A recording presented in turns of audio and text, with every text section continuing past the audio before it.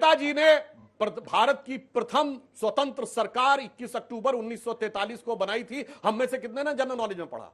बताइए। जब तक इतिहास ना पढ़ो बताया नहीं जाता है। तो ये हकीकत है। और 1946 की नौसेना के बारे में कितने लोगों को बताया गया? उसकी वजह से अंग्रेज छोड़ के भागा। ढूंढते हैं 18 फरवरी 1946 को नौसेना ने दिखाने के बहाने ढूंढते हैं। आप अपने टर्न में और कुछ नहीं, मैं बहाने नहीं बोल रहा, आप सिर्फ बहाने ढूंढते हैं। श्रीवास्तव जी, शाउटिंग मैच नहीं होता आज तक। प्लीज प्लीज बीच में मत बोलिए। मैं आपको मौका दूंगी, अगर आप हाथ उठाइए। वो नहीं बोल रहे किसी के बीच, ये भी नहीं बोल रहे। एक सेकेंड सर, मैं डिसाइड करूंगी कौन बोलेगा। प्लीज शाउटिंग मैच मत कीजिए। आज तक हम लोग शाउटिंग मैच नहीं करते हैं।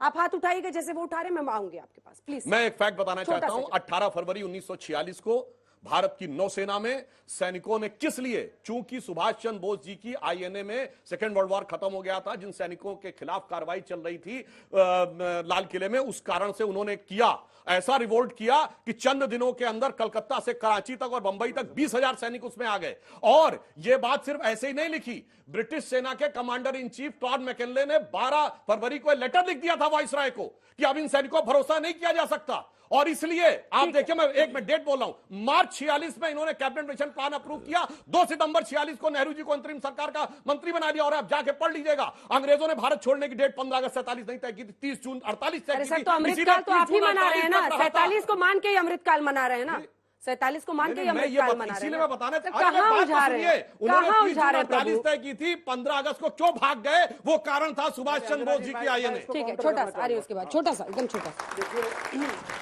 एकदम छोटा, बहुत छोटा, क्योंकि बच्चों के सवाल भी लेने प्रोफेसर। बहुत छोटा सा ये है कि 1953 में एटली आए थे और बंगाल गए थे।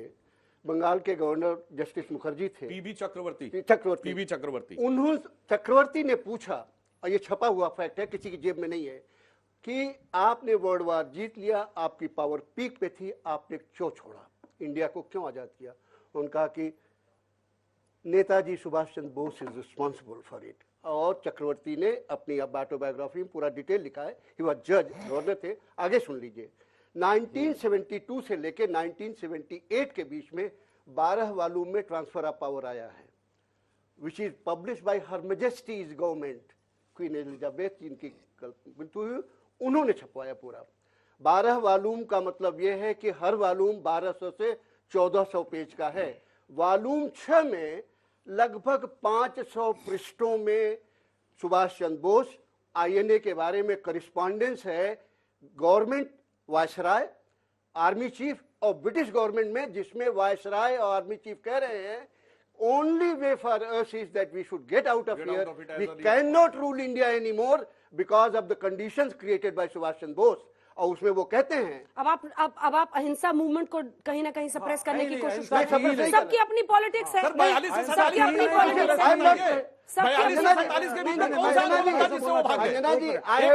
I have not given my opinion. I have quoted the documents. I am not giving any opinion. I am quoting the documents of the players.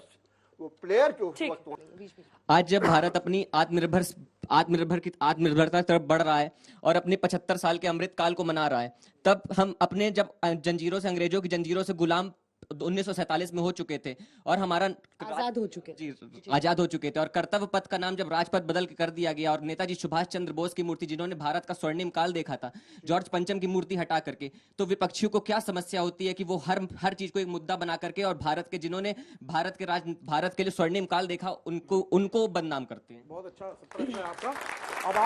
अब आप इस चीज को सुन लीजिए।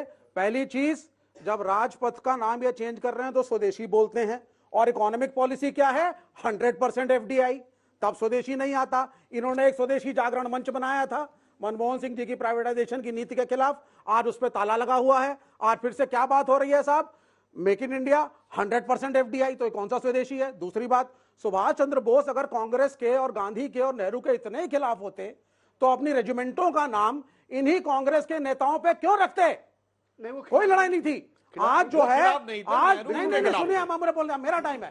कांग्रेस को नीचा दिखाने के लिए, पॉलिटिकल पॉइंट स्कोर करने के लिए नेहरू को कटघरे में खींच रहे हैं, क्योंकि बाई चांस उनके वंशज भी नेता रहे उसके बाद, और उसके खिलाफ भाई बिना पब्लिक की मर्जी के कोई चुनाव नहीं जीत सकता। आप अपने बेटे को लाएं, वो अपने बेटे को लाएं। को राष्ट्रपिता सबसे पहले सुभाष बोस ने कहा था। हाँ। और ये भी यही मैं भी कह रहा हूं। के मन में उनको कोई पूरा कर तो देते फिर हैं। तो फिर मक्खन जी उनको पूरा कर बोलने देते दें आप हैं। सर। मक्खन जी अब please। आप जो है उन मिस्टर फाउंडिंग श्रीवास्तव। फादर्स को, क्योंकि वो दूसरी पार्टी के हैं, कांग्रेस पार्टी की तरफ से आए थे, दो आजादी की लड़ाई लड़े, आपने अहिंसा को साइड कर दिया, नॉन वायलेंट स्ट्रगल को साइड कर दिया। नेल्सन मंडेला और विश्व के नेता जो इस नई तरह की नीति अहिंसा की जो गौतम बुद्ध ने इस देश में दी थी, और गांधी जैसे लोग उसको लेकर के विश्व में आए, वॉर के खिलाफ बोले, आप उसको भी साइडलाइन कर रहे हैं। आपने पूरा इतिहास ही चेंज कर दिया।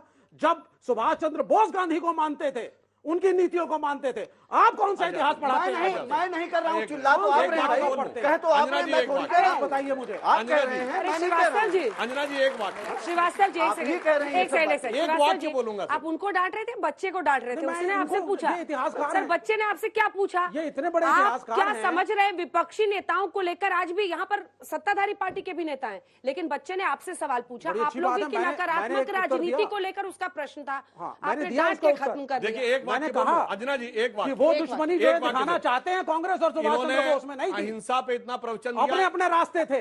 भगत सिंह भी लड़े, अरे भाई आप बंदूक बोल के चुके सहारे हैं। लड़े, उनका भी कंट्रीब्यूशन है। देखिए- सुभाष चंद्र बोस का भी कंट्रीब्यूशन है, ठीक है सर। गांधी का भी कंट्रीब्यूशन है, नेहरू का जी। भी कंट्रीब्यूशन जी, है। एक लाइन, कौन सा सिर्फ सिर्फ एक एक लाइन, लाइन। please। ये अहिंसा कौन की कर रहा है बात करते ये हैं तो तो बताइए। दुनिया में एक कम्युनिस्ट देश बताइए जहां अहिंसा से अबे सत्ता आई कम्युनिस्ट पे हो। आ गए। एक भारत कम्युनिस्ट देश बताइए। भारत भारत भारत में कहां सत्ता भारत मिली? में 34 आपने साल तो सशस्त्र बंगाल करने में की कोशिश की। और एक इलेक्शन और लड़ बात करके बताऊं हम आपको। सत्ता में रहे। एक भाई 10 आप साल अपने मणिपुर टर्म में पे रहे, बोलिए भाई। 20 मैंने साल आपको दिल्ली में शांति रहे। से सुना, क्या श्रीवास्तव तरीका जी, है? बता please, दिया sir। और एक आपको और बात बता दूं, आपको बता आपने दिया। बड़ा अच्छा वर्ड यूज होता है, आपने सुना होगा लेफ्ट लिबरल। एक लेफ्ट कंट्री बताइए जो लिबरल हो। अरे मतलब ये तो ऐसा हो गया कि I am a devotional atheist. बिल्कुल नहीं। लिबरल का मतलब है प्रोग्रेसिव। ठीक है, एक सवाल। मेरा प्रश्न विवेक श्रीवास्तव जी से है। परिवार में पैदा श्रीवास्तव हुआ, जी, लेकिन आप ये सबके सब- फेवरेट ये बन शिक्षा चुके हैं। नहीं दी गई कि चिल्लाएं। मक्खन जी, प्रोफेसर साहब, अब बच्चों के फेवरेट वही बन गए हैं। मेरा प्रश्न विवेक श्रीवास्तव जी से है। आप 1962 में इंडिया चाइना वार के समय आप किसके साथ है सबको मालूम है।